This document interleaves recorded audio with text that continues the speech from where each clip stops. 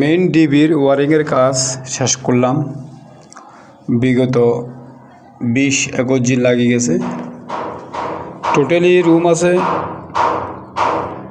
8-10টার মতন। তো আলহামদুলিল্লাহ ওয়ারিংয়ের কাজ শেষ করলাম। সবাই অবশ্যই কিন্তু পাশে থাকবেন এবং আমার চ্যানেলে যে ভিডিওগুলো আছে সবাই দেখবেন, তাহলে কাজ শিখতে পারবেন।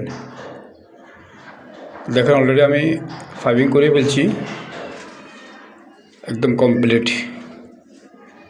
এখন প্লাস্টারের পরে আমি switch, socket, holder, ceiling fan এগুলো লাগামু।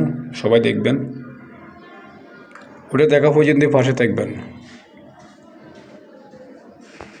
ওই আপডেটগুলো দিমু, সবাই দেখবেন। যারা যারা পাশে আছেন ধন্যবাদ আপনাদের সবাইকে।